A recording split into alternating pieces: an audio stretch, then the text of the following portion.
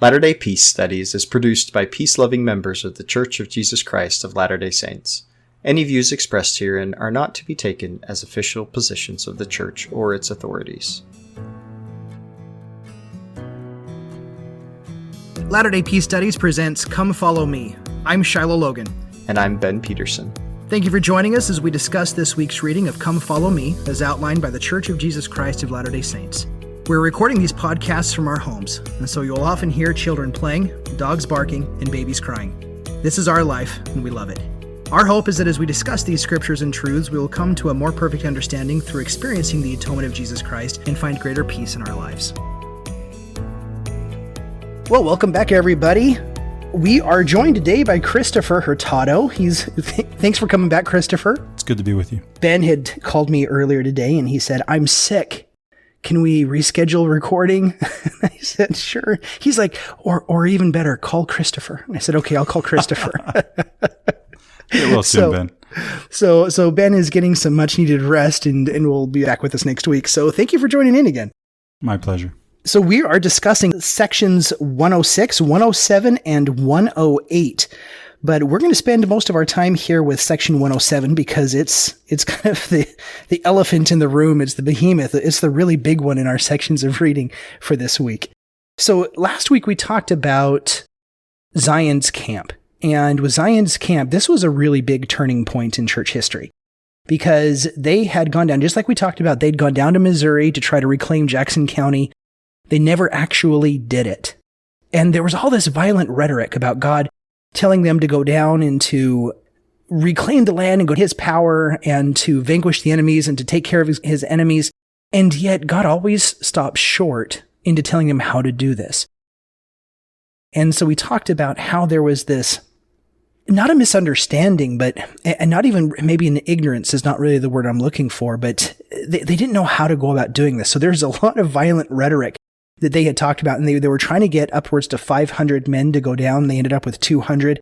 And the 200 was enough to really turn the Missourian feeling against the saints. Because up to that point, it was really just the people in Jackson County, the Missourians in Jackson County. But when the saints showed up with the 200 men walking through these towns, it really it really showed this formidable force walking through the frontier like they were really up to no good. And so the Mormons got this reputation that was, it's both kind of deserved and undeserved. Like their intention, there were some hotheads there, but their real intention was to go down. They thought that the governor was going to help them. And they were just going to try to go down there and to help settle and to get the people back into their homes. But what it was perceived was that they were a formidable fighting army that wanted to go through and actually have a fight. And so it was that reputation that ended up following them down there and kind of framing the Mormon narrative for a while. But once he came back into Kirtland, the men who had come with him into Zion's camp were now who Joseph pulls from for the church administration and for the church leadership positions until his death. And it seems to be that trip, that saga of going down and coming back, forged loyalties and bonds that Joseph believed were very important. And Joseph was a really big loyalty guy. And so as he's coming back, what we're going to begin to notice for the rest of the year with the DNC is that these sections are going to start to become fewer and more sparse and parsed out as they go, because each section is going to be further away from the one before it. Because from here on out, we're not going to be talking so much about just revelation for revelation's sake, or maybe even calling on missions, but these are going to turn far more administrative. We're going to see a lot of kind of more administrative vibe. Not to say that everything's going to be administration, but we're going to kind of see this more institutional vibe take hold. And the whole Doctrine and Covenants is really about forming and structuring the church. But before, there's a lot of like little doctrines that are formed along the way, and a lot of the Lord telling the saints how to go and what to go and do. And now it's really about establishing the church and getting that institution ready. And so we're going to see that a lot in 107. And we're going to return to some themes that we had way back into section 20 when we talked about the constitution of the church and the structuring of the church, but we're going to kind of get into more detail there.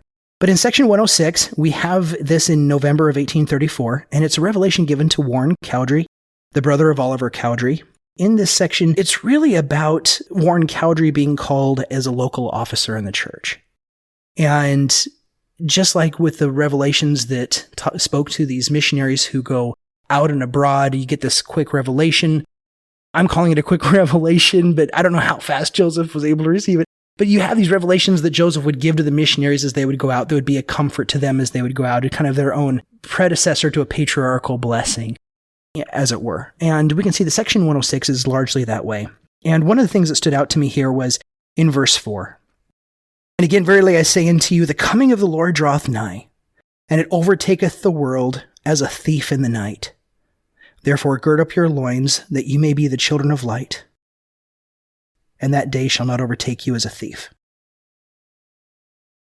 So Christopher, we've heard this before. This is usually kind of in a negative term, but it seems to be here that the Lord is using this as a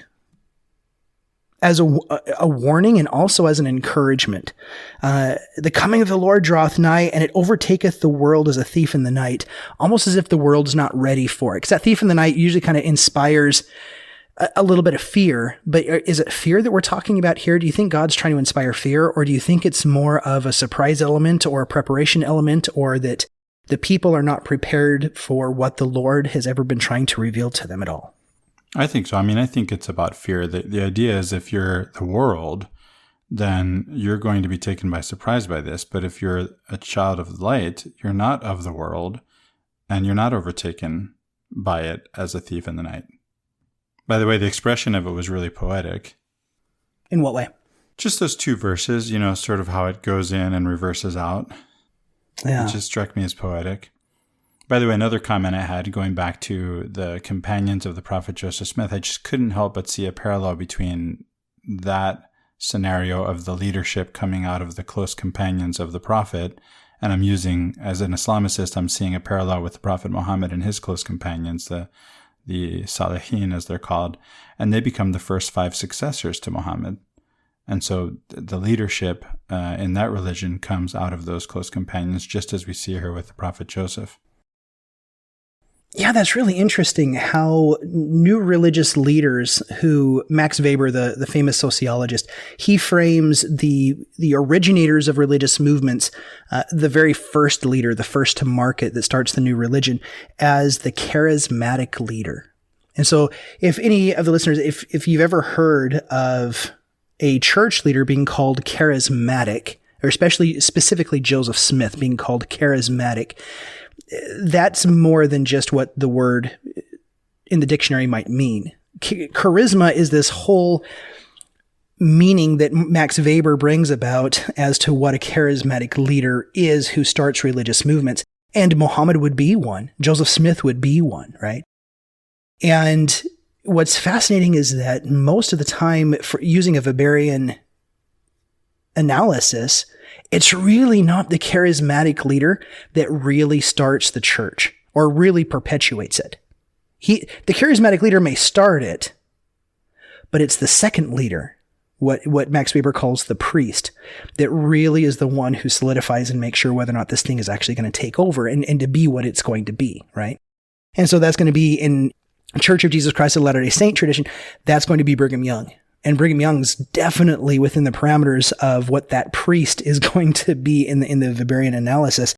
And it's kind of through this time where we start to see Joseph really bringing in a lot of those leaders who exhibit a lot of these qualities as a priest and the Weberian priest. Much more authoritarian, much more iron-fisted, much more regulated and not so principled and kind of a big funnel person, right? Joseph was this really big funnel person. Bring everybody in, have everybody come at the table, really open. And Brigham had kind of turned that on its head. And so he kind of started to close it off and really start to deal with who and what he had. Now, they still had missionaries that'd go out, but they weren't looking for a wide array of people. They were looking specifically more to become more righteous among their own membership, right? Yeah, I wouldn't go into detail at this time, but the parallels between the Muslim Brigham Young, who would be Abu Bakr, and even the controversy over who would be the successor of the prophet are also there between Islam and Mormonism, and that's interesting for those curious about that. It's easy to learn more about that. Where would you go to learn about that? I don't know.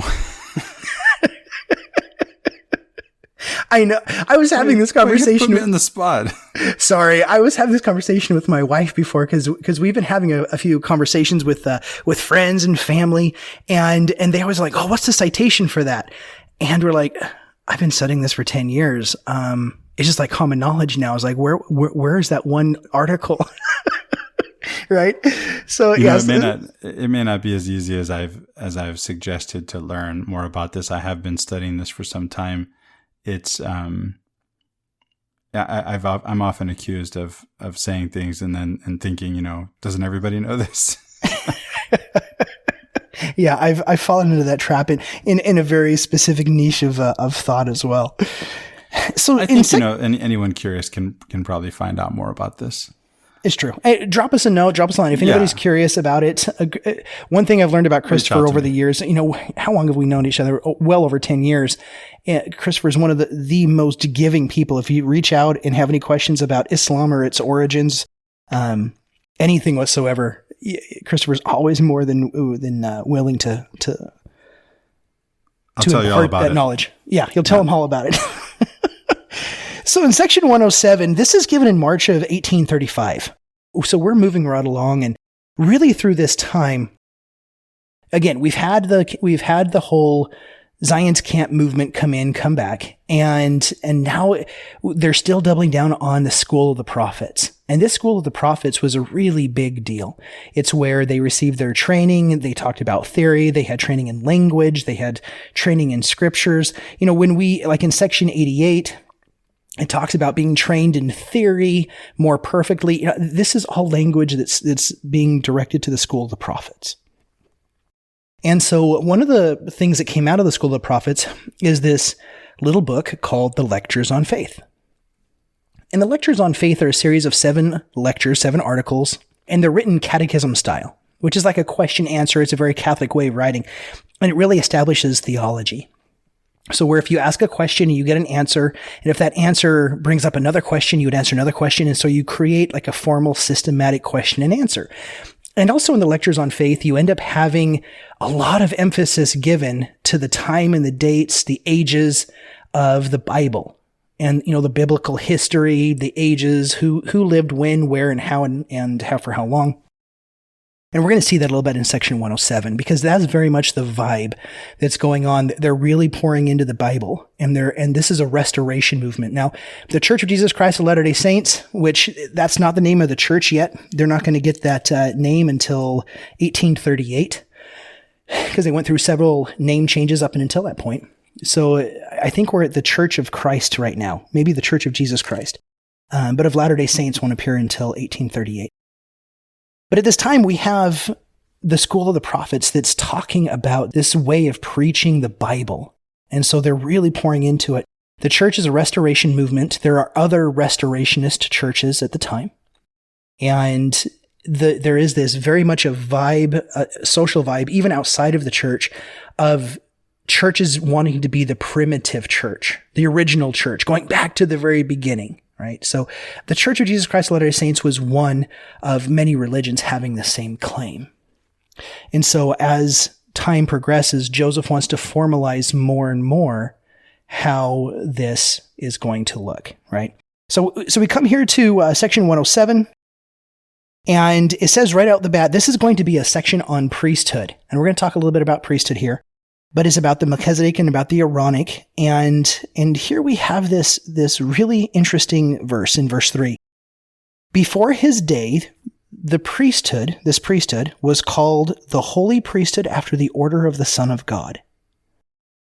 But out of respect or reverence to the name of the Supreme Being, to avoid too frequent repetition of his name, they, the church, in ancient days, called that priesthood after Melchizedek, or the Melchizedek priesthood.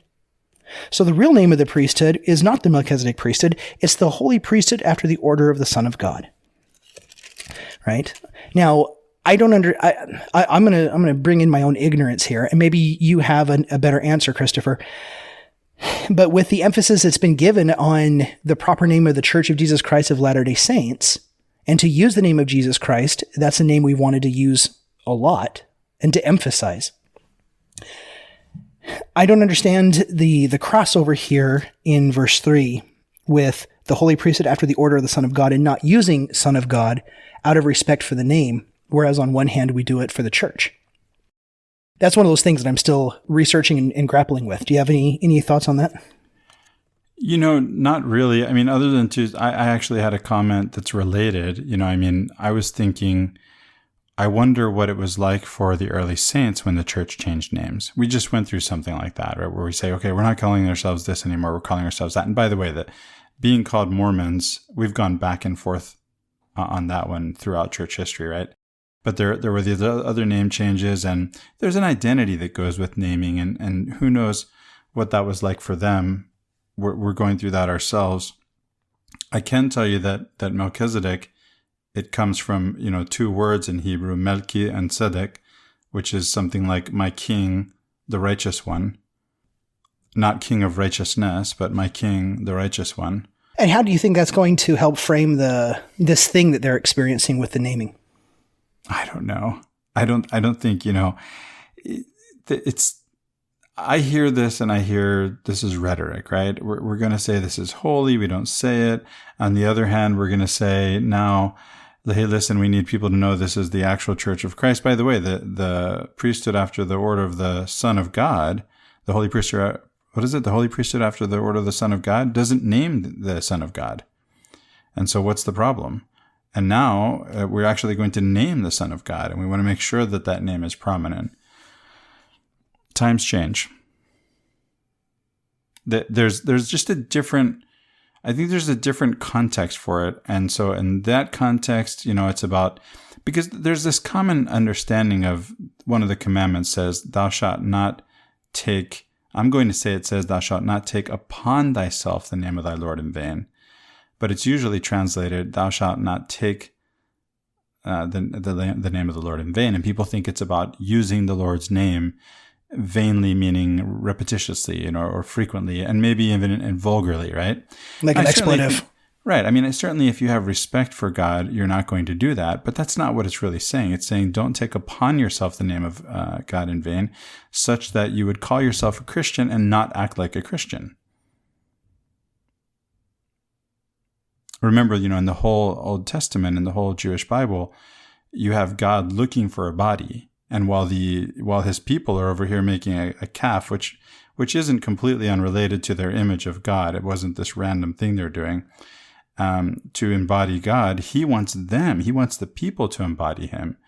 And when he frees them from slavery in Egypt and they go off and enslave other people to do the same thing to other people that was done to them wrongly, he says, guys, this isn't, he wants them to embody who and what God is. That when people look at Christians, for example, to bring it into New Testament speak, that they see what Christ looks like.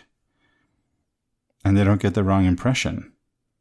That we don't make Christ look bad. That's on us, right?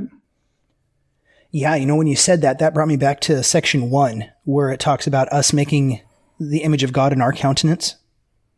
Yeah. And that thing all the time that, and we've talked about it quite a bit, but it's that whole, what Voltaire said? Something to the effect of, in the beginning, God made man in his image, and man being a gentleman has ever tried to return the favor. Yeah. It's that, that same kind of thing, that the more we talk about our idea of God, we're really telling everyone more about ourselves than we're actually telling them about God. It's that ability of writing God into our countenance. And yeah, that is one of those things we've talked a lot about the cloud, the Israelite cloud and the Jaredite cloud that went before them, because that cloud it's undefined. You can't put it into a box. You can't mold it into an image. For those who have ever been inside of a cloud, like really heavy, dense fog, you can usually see like 3-4 feet in front of you in really dense fog, and then everything else disappears in the cloud. But when you try to go touch it, you move 2 feet away. All of a sudden, all you see is 2 feet coming out in front of you. So you're never actually able to get over to where you're like actually touching the cloud, right? It's just the way that that appears to us. But eventually the Israelites want to make God in their image. And it's not even in their express image with their, 2 eyes, a nose, a mouth, ears, a head, but it's in the image that they can craft, that they can understand, that they can be able to make sense out of. Whereas God wants them to reflect his image in their being. He wants that when people look at his people, that they see what he really looks like. Yeah. Which is what repentance is all about, right? Seeing God in a different way, seeing ourselves in a different way, and seeing each other in a different way. It's the process by which we get rid of our projection of God, and we finally learn to be able to bring his image into our countenance. But the big question is, how do we do that? How does that process work? And that's really one of those lifelong discussions that I don't think we're going to be able to answer in a 60-minute podcast. But in moving on, one of the ideas here in section 107 that I think is important to remember is that the idea here is that all priesthood is Melchizedek. There's really just one priesthood. And to kind of differentiate what is seen versus what is not initially seen, we have it distinguished into 2 priesthoods. And the lesser, what was called the lesser, the Levitical or the Aaronic priesthood, is that which we can see, that which is present, right?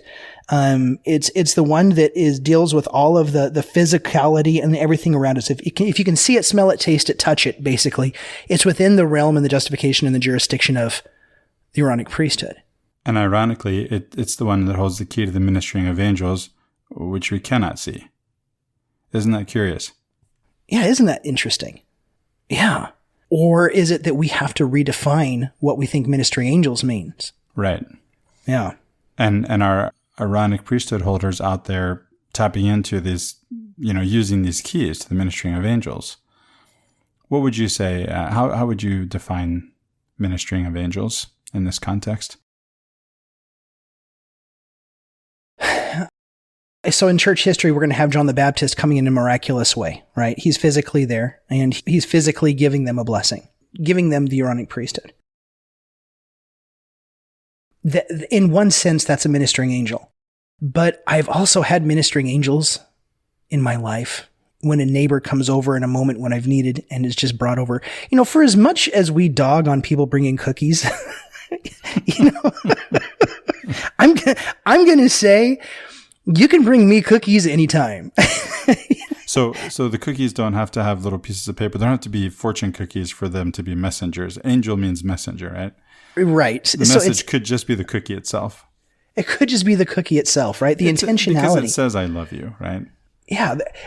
Even if you're just out there just doing things to do things, just to check a checkbox off, there's still something that's going on. There's still something that's imparted there, right? There's a loving intention.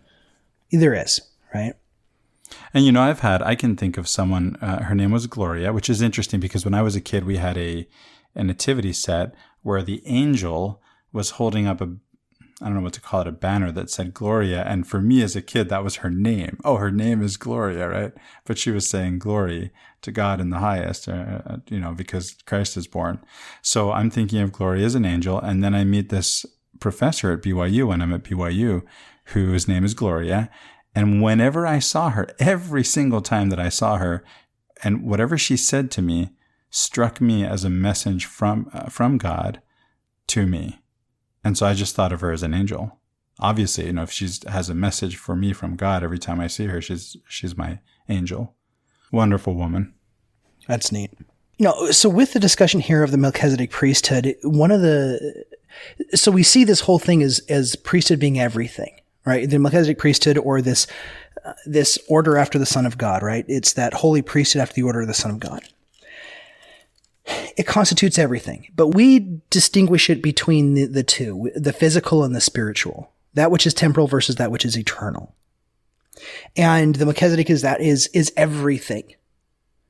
The Aaronic is just that which we see.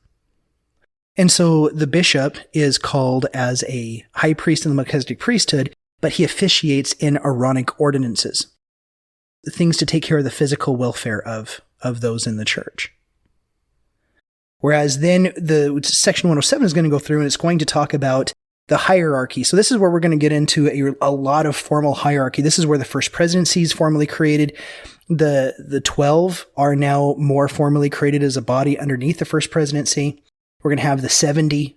We're going to then go through and talk about priests, teachers, and deacons in the Aaronic priesthood. All of that's here. And we're not going to really emphasize much of that here in this episode. It gets pretty administrative, authoritarian, bureaucratic. I mean, all of that's going on, right? And what's above what and what's beneath what and how everything's related to everything else. At that time, it's the church manual, right? What is that what they call it? The church manual? The manual of instruction? No. Yeah, the leadership, the general handbook of instruction.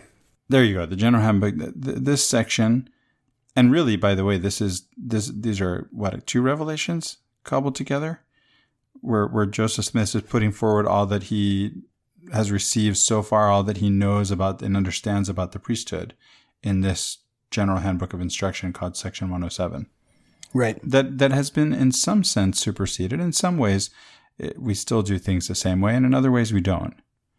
The whole thing is expanded. Right. And so it's changed somewhat along the way. So one of the things, and in fact, it's really the primary thing, Christopher, I think we could talk about it and be done for the day with this. But one of the things that I thought was really important to bring out, and it's one that Ben and I have talked about, and you and I have talked about this personally a lot. And it's really the one note I keep on playing. But it's that of modality and the modality of religion. For whatever reason, when I first started getting into that, it awoken this thing that I was able to finally see things as I'd never seen them before. And so it has a lot of meaning for me. Now, this might not land for anyone else. And so to talk about things in terms of modality. Well, why don't you define that? So, I see where you're coming from. Having a word a concept to put ideas in, right? Where the ideas fit and you can talk about it. That can be really helpful, right? And so just tell us what you mean by that. Sure. So, as you and I were talking beforehand, and I've explained a little bit before, modality is any experience that we can have or any formal thing that we can go to, that we can focus our intentionality into to produce an experience. So, for instance, with prayer, there are dozens of different ways of praying. And when I say the sentence, I am going to go pray to God, that simple sentence, I am going to go pray to God. By which you're going to have a conversation with God. I'm going to talk to God and God's going to talk to me. There's a lot going on there.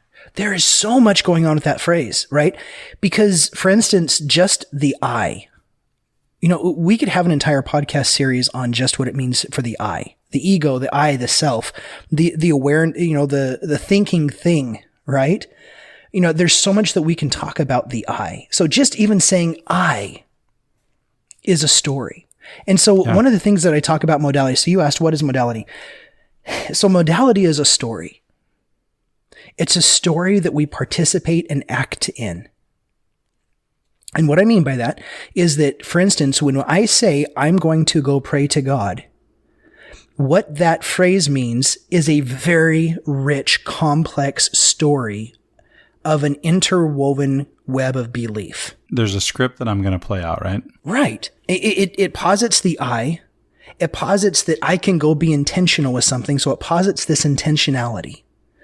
It posits that there is a God and that there is a God who cares.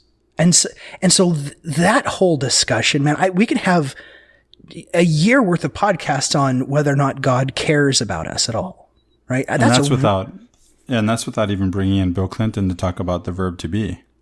Right. Because that was in there too, right? Right. So you have all of these things that are in that one phrase. I'm going to go talk with God. Pray to talk with God. And so prayer, just the act of getting down on our knees and vocalizing or subvocalizing or even just meditating in silence as a form of prayer, or lectio divina, whatever the form of prayer is, something so simple as prayer The assumptions there are so great.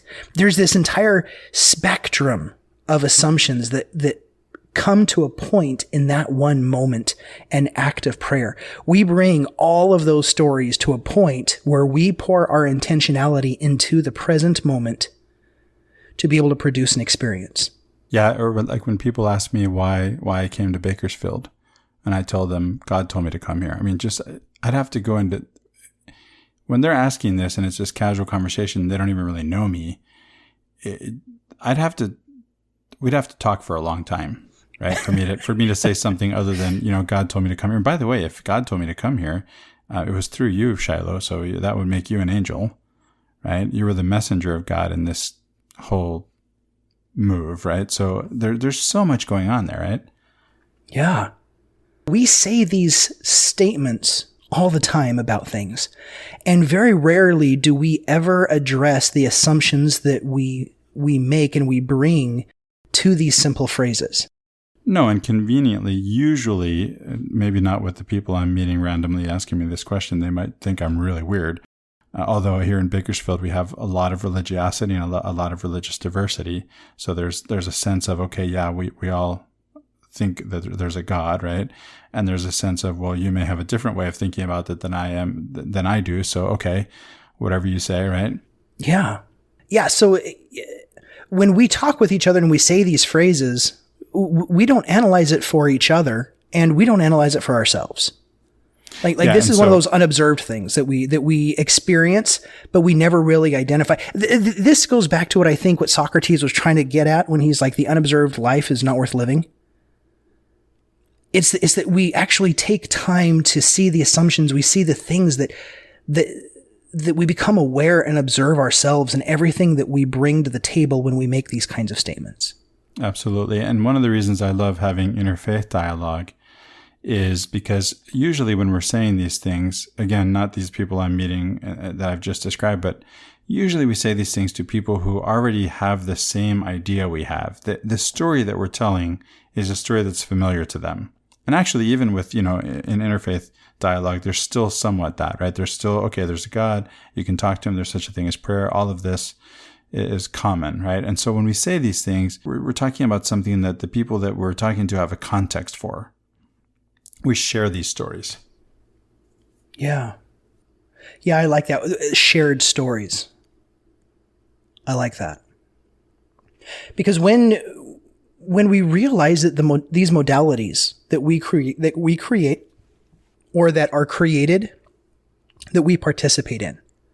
Like, for instance, if you take someone off the street who's never really had the sacrament, the missionaries can talk with them, they can baptize them, they can teach them a little bit about what the sacrament means, but they're going to participate in this modality without having any real meaning as to what it means. And they're going to learn that over time.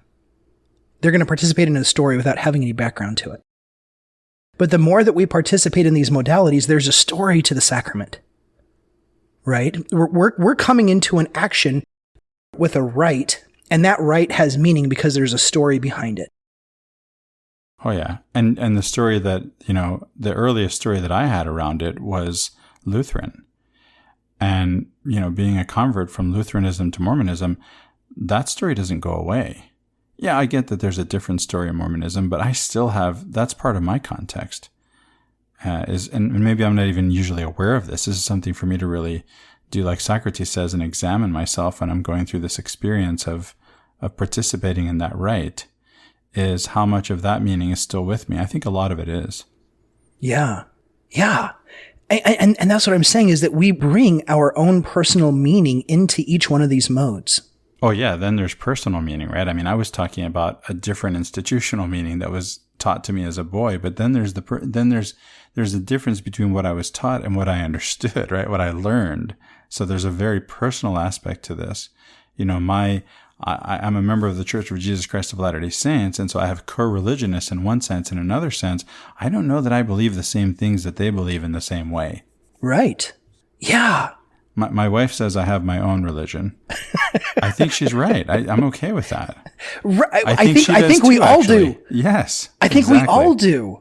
If you were to stand every Latter-day Saint shoulder to shoulder, and if you were to ask them the simple question of what is the pure nature of God? Now, I'm sure you're going to get a lot of overlap. You're going to get a lot of people saying a lot of the same thing over and over and over again. And for Latter-day Saints, we really like to double down on the embodiment of God. God has a body. But if we really get down into the absolute metadata of God's divine nature, we're going to have as many different answers as we have Latter-day Saints. Right. On the surface, you might get some standard answers, right? Mormon standard answers, some canned answers. But if you press farther, you say, okay, what does that mean? Then you'll see the variance, right? Then you're going to have variance as many as there are individuals, right? As many meanings as there are individuals you ask. I find comfort in Rumi's statement that there are as many paths to God as there are people on earth. In a conversation like this. Yeah. There's a path for me. Yeah. And it's mine. So this sets up a discussion where I know a lot of people have pushed back on this saying, well, that just means that everything is subjective. And I'm like, in a way, yes. In another way, no. Objectively, we're all experiencing things because we are meaning-making machines creating our own meaning within the shared rituals of our community. Right? Because just like what you said with your own private religion, when you partake of the sacrament, Christopher, you said you brought in your Lutheranism and you may not even know it. There may be elements and threads and experiences. Maybe you had experiences with the sacrament as a Lutheran that when you were a child that frame subconsciously how you come to the story of the sacrament nowadays. Well, how about this? I had a conversation in my own family about this recently. We called it something different. We called it communion. And so to me, regardless of what it's named, whether you call it the communion or the sacrament, right? It is about communion. And that's what's possible and that's what's happening. You see, so that's present to me. And I'm not sure that's present to someone who grows up with the sacrament, and communion isn't part of that conversation. The word communion. Yeah. This reminds me in one of my classes in studying religion, we talked about the King James Bible. It's an American scripture class I'm taking. And we're talking about how the first American translations of the Bible, especially from the RV coming into the RSV and then the NIV, and about wait a minute. I'm not familiar with the recreational vehicle Bible. The RV? The revised version. Okay. And then you have the just so we all know what we're talking about. Right. The Revised Standard Version. And so with these different versions, it was really kind of a social shock because the King James Bible, the KJV, had become the subconscious voice of America. I mean, the rhetoric and the poeticism and everything that was in the KJV was the language and the meaning from that language.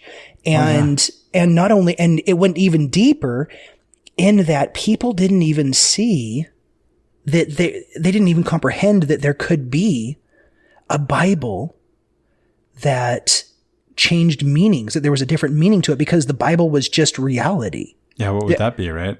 Yeah, I mean, this is the concept of a shared book. That shared book made everyone who shared that book one people. And to introduce another version of that book what is that? That's not who we are. That's not what's it got to do with us.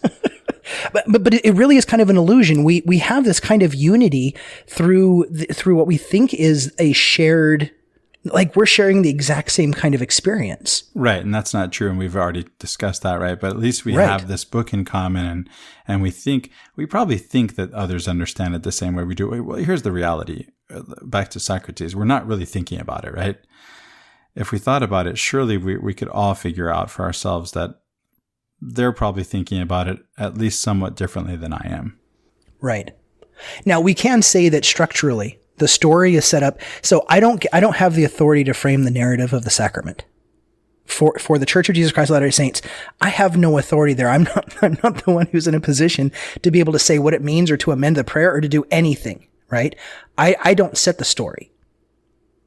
So what happens is I get to choose to come into an institutional mode of it meaning one thing, and then I bring my own personal intentionality into that experience, which is completely biased to my own subjectivity.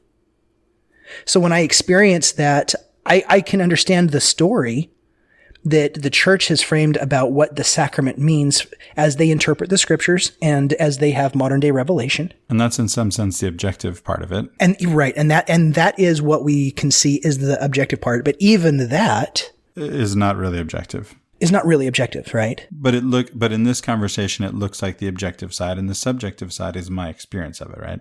Correct. And that's exactly what I was getting at, is that then when I come into that moment, I'm experiencing it from my own personal bias, my own personal beliefs.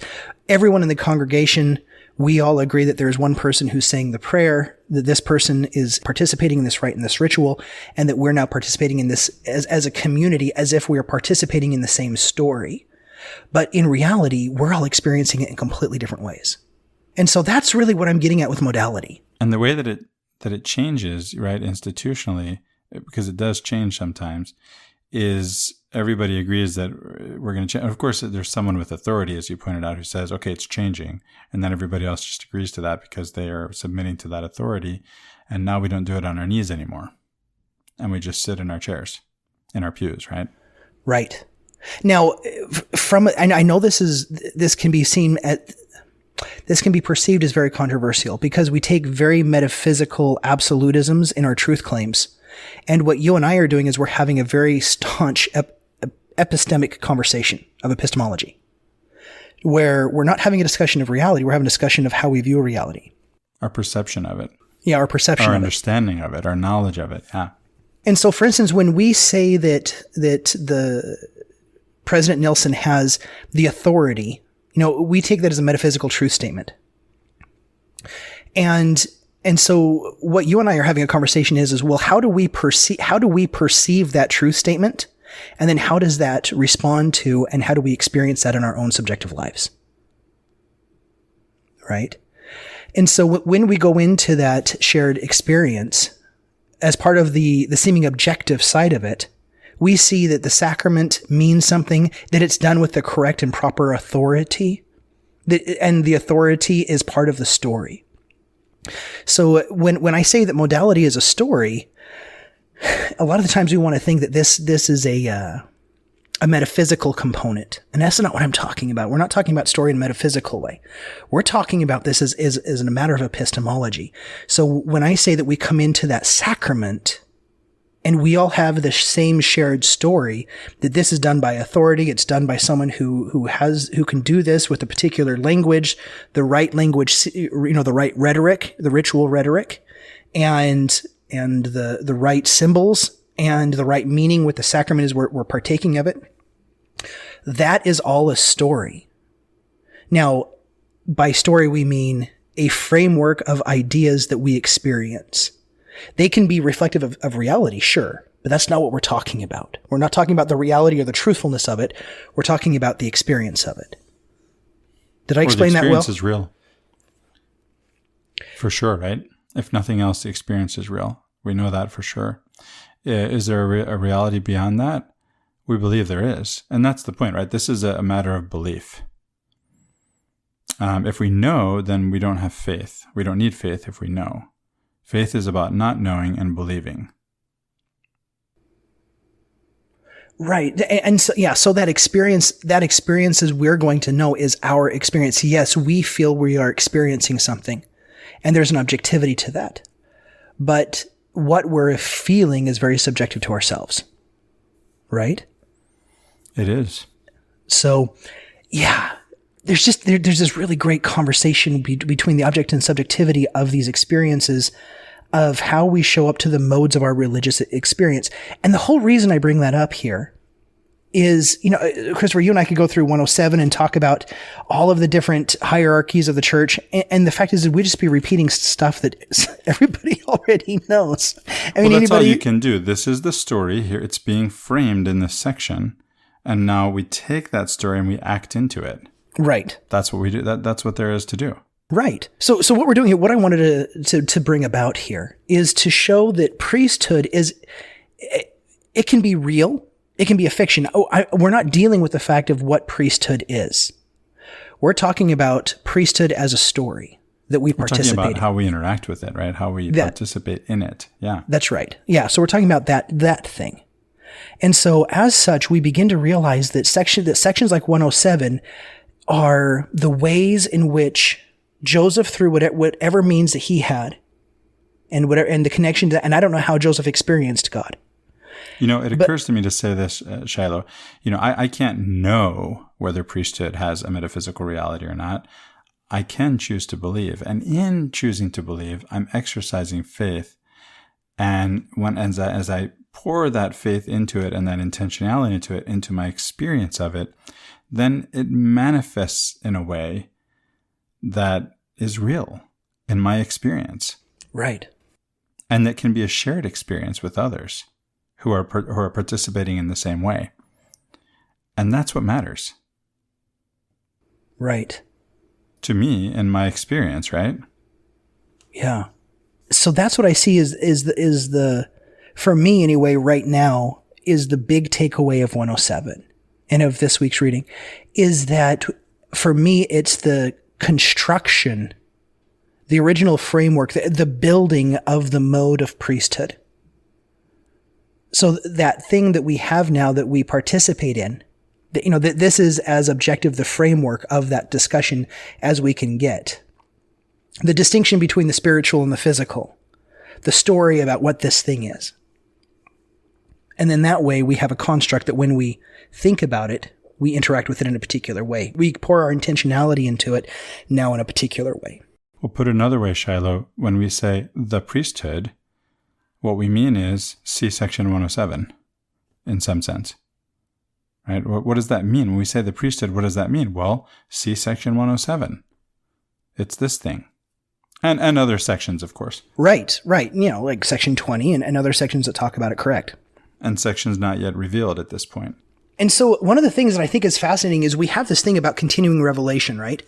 And why do we need continued revelation if we didn't get, did we get it right the first time? Did we not get it right the first time? There's been a lot of changes in the church over time, and, there's been major policies that have changed.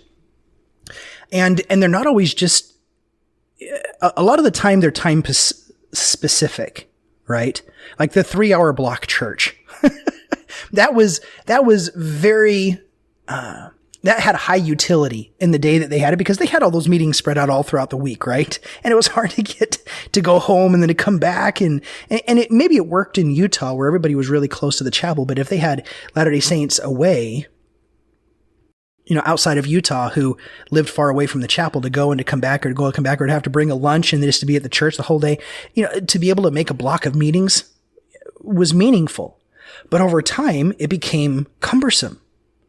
And, I've heard some talk about how the brethren were becoming very aware of the weight that this was having unnecessarily and that we could be able to alleviate this and to reappropriate the time that we were spending in church to be able to have this time with our family. And with God. And with God, exactly. Without being a church. With our family, yeah. With our family. And so, these policies change. And so these policies are very time and space and the needs that are there for the people. And then there are stories that come into our religious modalities that are time specific, but not because they're eternal truths, but there's not to get too controversial, but there's a lot that's been written on the priesthood ban of African Americans or any non-white males. Why did that happen? The whole reason as to why that happened has been now disavowed by the church. The first presidency made several statements over the years saying this is the reason why. And that the reason why was because they promoted that black people and African Americans, anybody who had darker skin, were fence sitters in the pre-existence, or that they hadn't really lived up to the promises. So when they came down here, they weren't given the priesthood here because of the curse of Cain, that all black people were seen as coming from the lineage of Cain, from Cain and Abel, and he was cursed of the priesthood, so they'd be cursed of the priesthood. And the church has walked back on that policy itself. So that's something that it disavows. So those were the reasons for the policy. And that was a story that people really believed in. And if you go and compare that with the story that Elijah Muhammad told in the Nation of Islam and what's called the the Black Muslim movement is another name for it in America, you would think the story is crazy. But your story is just as crazy, right? It's just, it's this story that's not true, right? About who, what blacks are and what whites are in their case, conversely.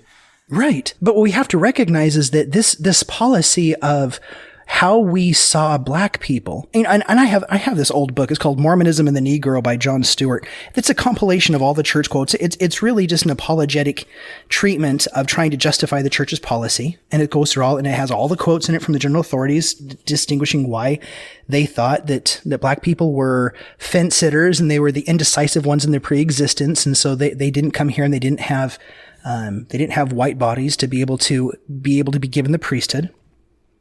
And again, the church has walked, we don't believe that anymore. So, but this was a story that was introduced into the modality of I'm going to use the word Mormonism. Or priesthood in particular, right? Yeah.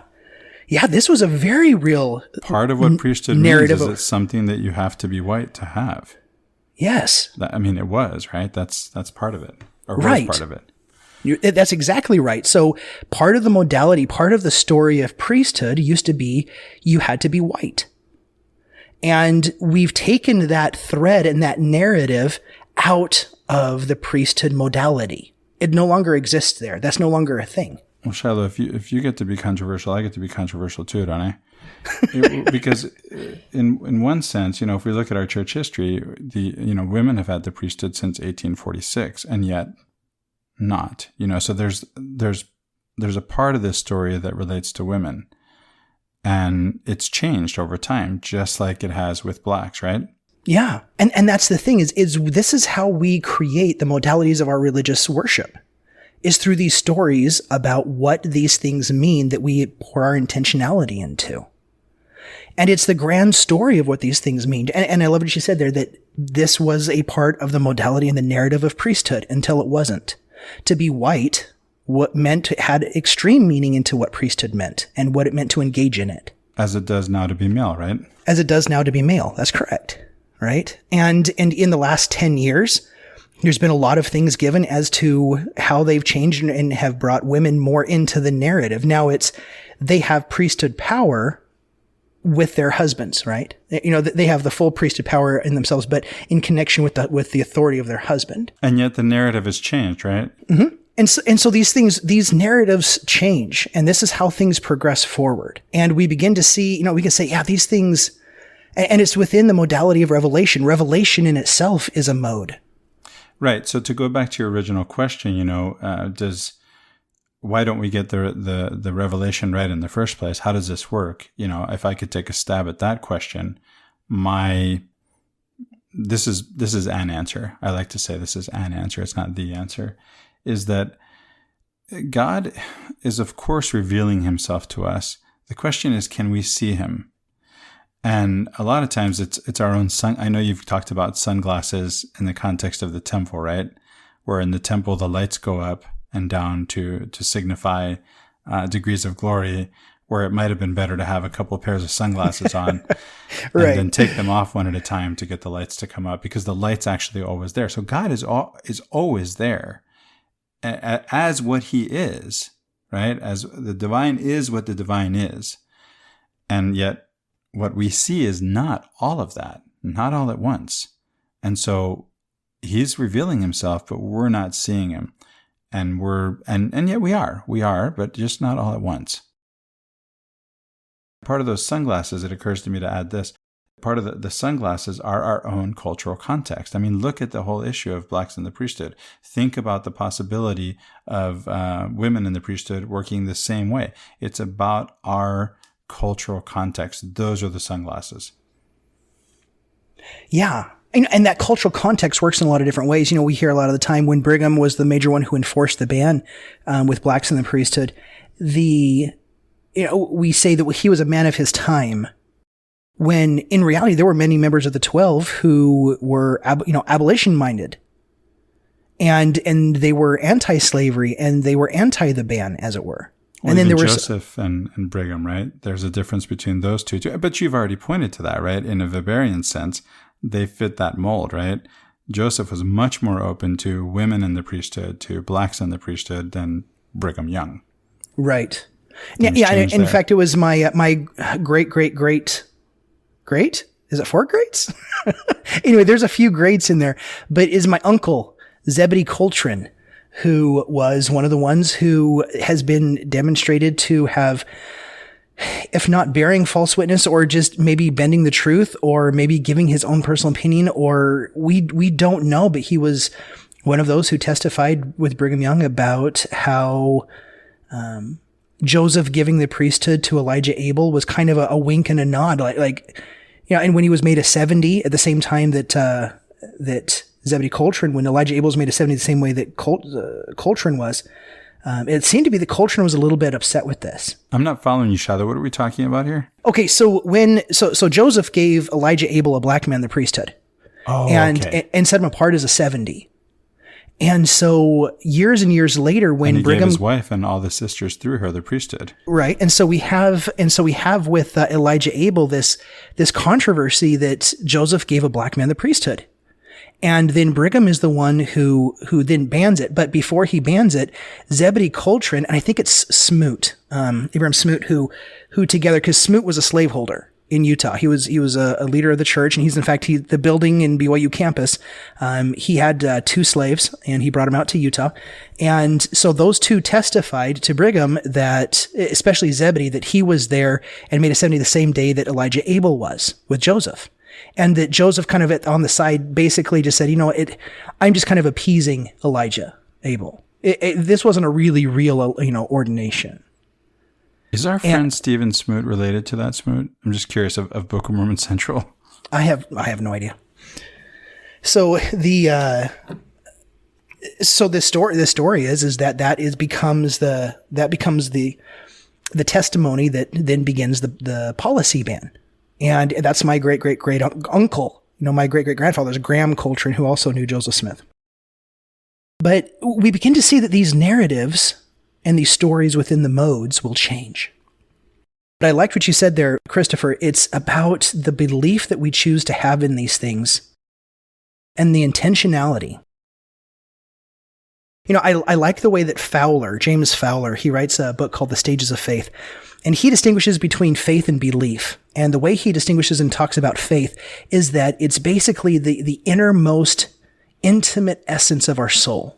Belief is? No, faith is. Faith is, okay. It's that thing that often goes most unexamined in our lives, but it's the thing that causes us to act, to put one foot in front of the other. Well, yeah, we say faith is a principle of action, right? That's what it is. We're acting in faith. And we think that this is something religious, but if you go turn the faucet and expect water to come out, that's an act of faith. You don't know with a capital K that water is going to come out because maybe your wife didn't pay the bill or there's been a terrorist attack upstream somewhere or something, right? You just don't know, but you really have experience that when you turn on faucets, water comes out. You don't go to the doorknob and turn it and expect water to come out. That's not how faith works. Right. So yeah, when we see this faith, I like to think of it in terms of intentionality. That faith and intentionality are often the same thing. If not, they go so intimately together that it's hard to distinguish one from the other. I'm with you. And so it's pouring that faith, or we might say the intentionality, into these modes, these ideas, these stories. And it's because we choose to believe. Belief is an assent to a proposition. The proposition is the story. There's the story. We assent to it. And so then we act in faith based on that assent. And we actually get an experience that's real. No matter what else is true or false or real or not, right? We get an experience that's real. There's no denying the reality of that experience. And it's a shared experience often. Mm-hmm. Fading together, right? Yeah. And I'll even take it to kind of to this one last possibility.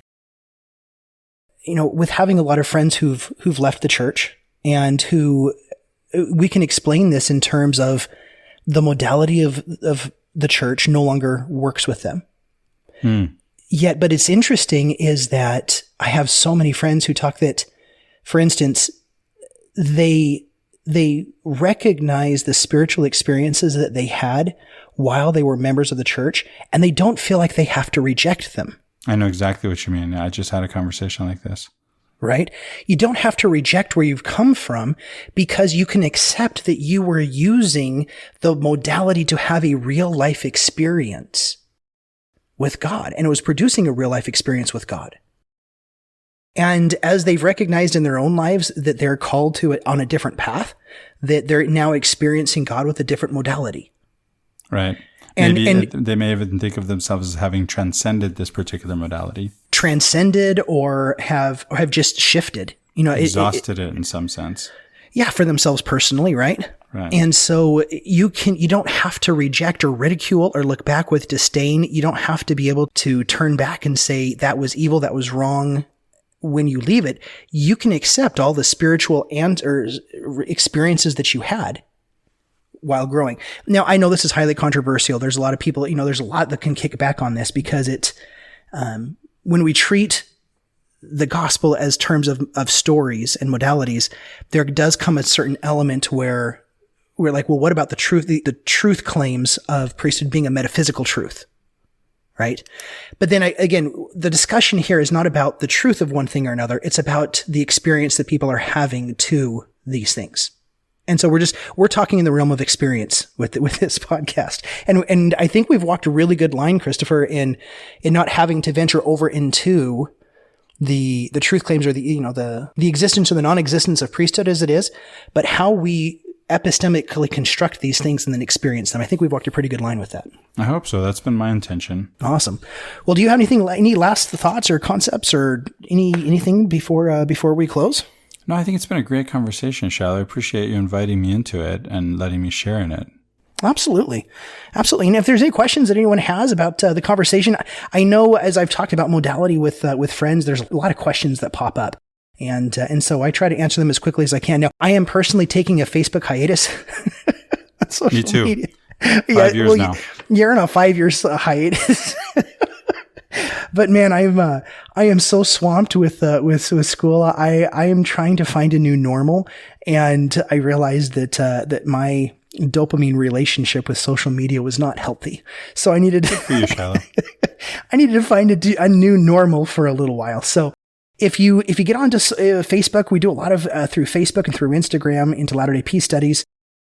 Lindsay Olin is always there, and she's awesome. She's the one who produces all of our daily content and all of the stuff that we put out with the memes and the messages. And I just absolutely love it every single day. I still have Instagram on my phone. I'm not an Instagram guy. I just kind of get on and look at things here and there, and then I'm off of it. And anyway, so I still get to see what Lindsay posts. But if you have any comments, any thoughts, any questions, definitely go on to Latter-day Peace Studies on Facebook. Send us a message. And as you've pointed out, Shiloh, I'm not on Facebook, but I've got plenty of Google juice. You want my phone number, you want my email, it's out there. Call me, email me. I'm open to conversation. Love to talk to you. Awesome. Christopher Hurtado. And so look him up, Google him. Yeah, you do have a lot of Google juice out there. Yeah. So yeah, send us a message. If you direct it towards me, Ben is still on social media and still on Facebook. That's helpful. Somebody's got to be on there, right? Somebody's got to be on there. So, get well soon, Ben. Yeah, get well soon, Ben, and we'll look forward to having you back. But awesome. Well, until next week, I'm Shiloh Logan. And I'm Christopher Hurtado. Thanks for listening.